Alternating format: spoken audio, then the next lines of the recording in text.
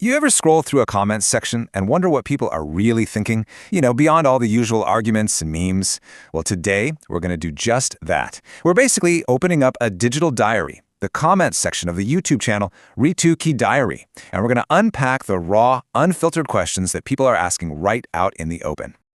Right, so we're skipping past all the great video comments and diving straight into the deep end.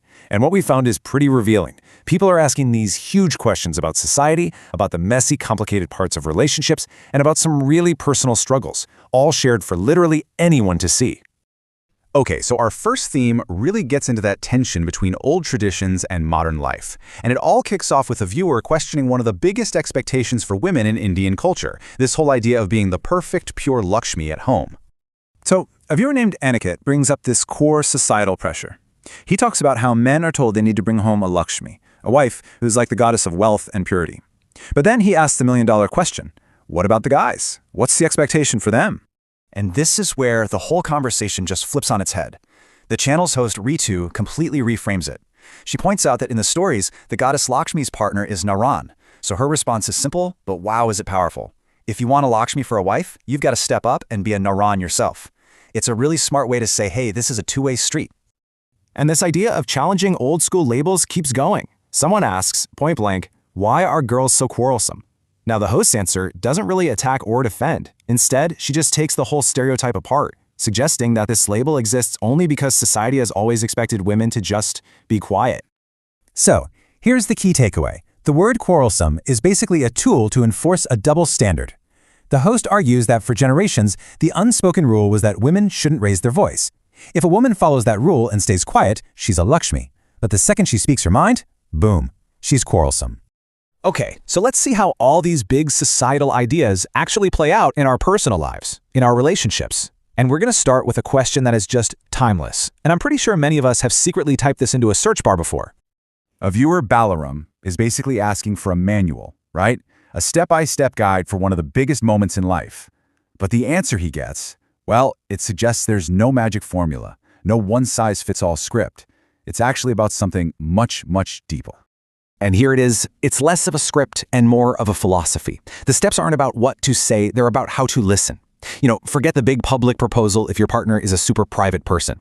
The whole point is that the perfect proposal comes from really, truly understanding who your partner is. It's less about the big gesture and way more about the thought behind it. That final gift is just proof that you've actually been paying attention.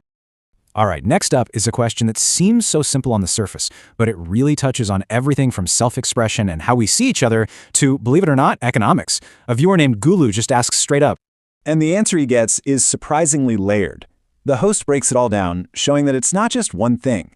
It's this complex mix of personal reasons, relationship dynamics, and even big commercial forces that are all working together. This chart really lays it all out, doesn't it? You can see it split between stuff you do for others and stuff you do for yourself. Sure, a big slice is for a partner, but look at the other pieces. Self-expression, feeling good, taking care of yourself. If you add those up, it seems like it's just as much, maybe even more about you.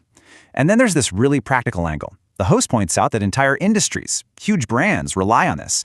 It adds a whole economic layer to a really personal choice. Okay, for our last section, we're moving into the most sensitive topics, health and personal care. This is where getting advice online can get really, really tricky. But it's clear people are desperate for answers.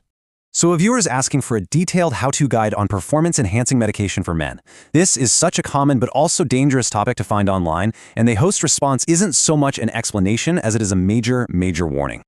The message here could not be clearer. This is not something you just experiment with. The host really emphasizes that these drugs can have serious side effects, and you should only even think about them if a doctor tells you there's a real medical issue. Her main point is, if everything is working just fine on its own, leave it alone. Your long-term health is way more important than hitting some performance goal. Now, shifting from physical health to mental health, another person asks a really vulnerable question. Can someone who feels mentally weak become strong? And the answer given is a huge, resounding yes. The key idea here is that mental strength isn't something you're just born with. Nope, it's a skill you build, something you get better at with practice, with self-control, and by learning to manage your emotions instead of letting them manage you. So after digging through this digital diary, what's the takeaway? We've seen people wrestling in public with traditions that are centuries old, searching for the unwritten rules of love, and asking for help with their most private health fears. This is way more than just a comment section. It's a snapshot of a society in motion, caught somewhere between the old rules and new realities. And it kind of leaves you with a really interesting thought. If a stranger's online comments can reveal this much, what would our own say about us?